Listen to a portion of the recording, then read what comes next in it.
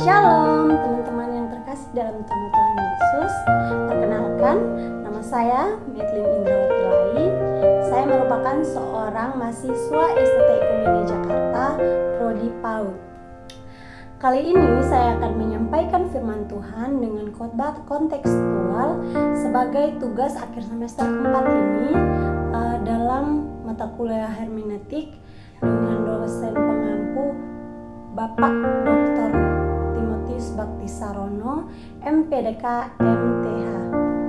Hari ini kita akan merenungkan bersama sebuah ayat firman Tuhan yang terambil dari kitab Amsal pasal 17 ayat 17 yang berkata, seorang sahabat menaruh kasih setiap waktu dan menjadi seorang saudara dalam kesukaran. Firman ini mengajak kita untuk merenungkan arti persahabatan sejati dan kasih yang tulus dalam kehidupan kita.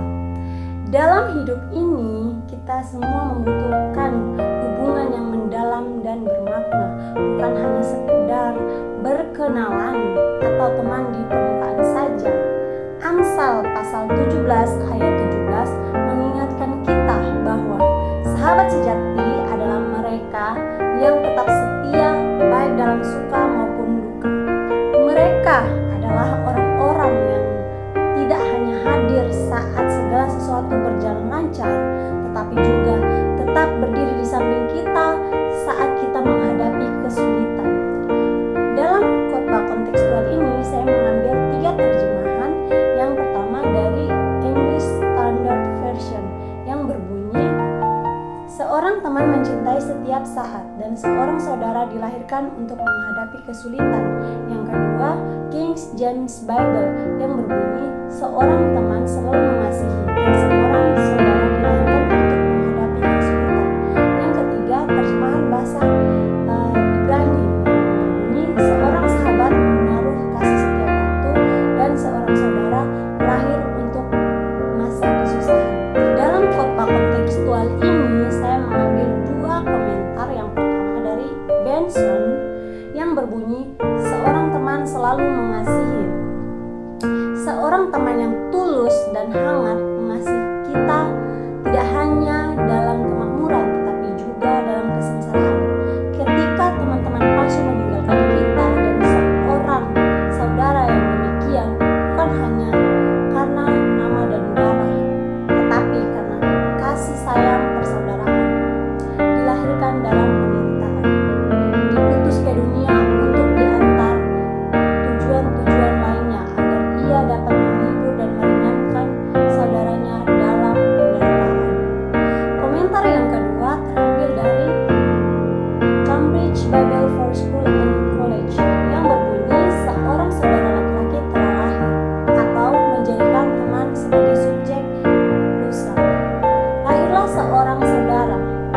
Seorang teman selalu mengasihi temannya, tetapi dengan kasih, seorang saudara yang lahir dalam kesulitan. Demikian juga dengan Yonatan dan Daud dalam 1 Samuel pasal 18 ayat 20. Tetapi pepatah ini mungkin sangat tepat untuk diterapkan di dalam kehidupan sehari-hari. Dari 2 komentar ini dapat kita simpulkan bahwa persahabatan sejati tidak didasarkan pada kepentingan pribadi, tetapi pada kasih yang tulus dan tanpa syarat. Kita harus belajar untuk mengasihi teman-teman dengan tulus, tanpa mengharapkan imbalan. Berikut ini kita akan masuk pada parsing kontekstual ini. Yang pertama, be called at, yang artinya pada setiap waktu dan dalam segala keadaan. Yang kedua, ohev, yang artinya mencintai atau mengasihi. Kata ini dalam bentuk partisipel menunjukkan tindakan yang terus-menerus terjadi. Yang ketiga, harea, yang artinya sang teman atau seorang sahabat. Yang keempat, age, atau yang artinya seorang saudara. Yang kelima, letsara, yang artinya dalam kesulitan atau masa kesusahan. Yang keenam, yivale, yang artinya dilahirkan atau muncul.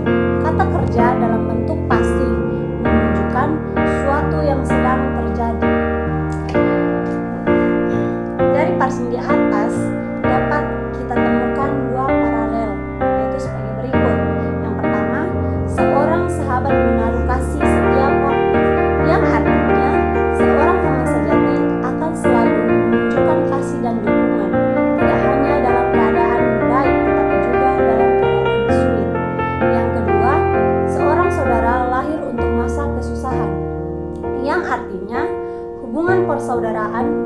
secara darah maupun persahabatan akan teruji dan terbukti dalam masa-masa sulit.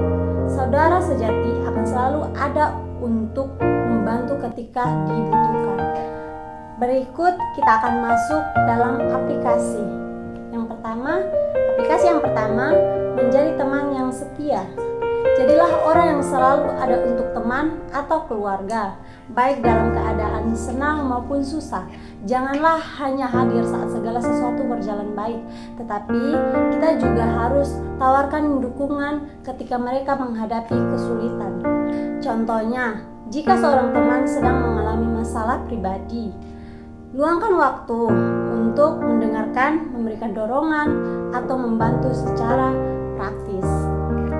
Yang kedua, membangun empati dan kepedulian, yang artinya latih diri Anda untuk lebih peka terhadap perasaan dan kebutuhan orang lain. Empati adalah kunci untuk menjadi teman atau saudara yang baik. Contohnya, jika Anda telah melihat teman atau saudara yang terlihat sedih, tanyakan bagaimana kabarnya dan tawarkan bantuan. Yang ketiga, mengutamakan hubungan persaudaraan, yang artinya dalam keluarga prioritaskan hubungan yang harmonis dan saling mendukung. Jadilah orang yang bisa diandalkan oleh saudara-saudara Anda. Contohnya, jika ada konflik dalam keluarga, jadilah penengah yang membawa perdamaian dan pemulihan dalam masalah tersebut. Baik, selanjutnya kita akan masuk dalam tujuan khotbah. Khotbah ini bertujuan untuk mendorong jemaat untuk menjadi sahabat dan saudara yang setia, dan artinya saudara yang selalu hadir untuk orang lain, terutama dalam masa-masa sulit, yang didasarkan pada kasih yang tulus dan kesetiaan, seperti yang diajarkan pada Amsal pasal 17 ayat 17. Khotbah ini diharapkan dapat mengubah pemikiran jemaat tentang pentingnya persahabatan sejati dan kesetiaan, serta menginspirasi mereka untuk hidup sebagai sahabat dan saudara yang mencerminkan kasih Kristus dalam kehidupan sehari-hari.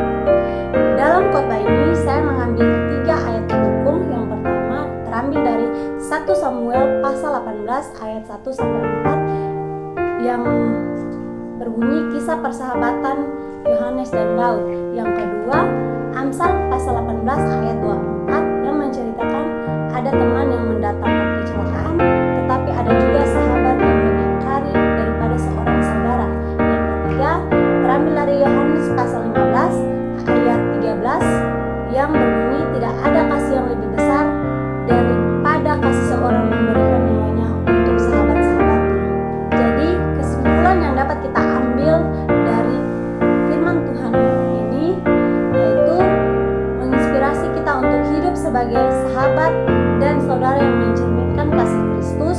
Dengan demikian kita tidak hanya memberkati orang lain, tetapi juga memuliakan Tuhan melalui hubungan kita yang penuh dengan kasih dan kesetiaan dalam nama Tuhan Yesus. Amin. Baik, demikianlah hasil pemaparan saya. Jangan lupa like, comment, share, and subscribe. Bye, shalom.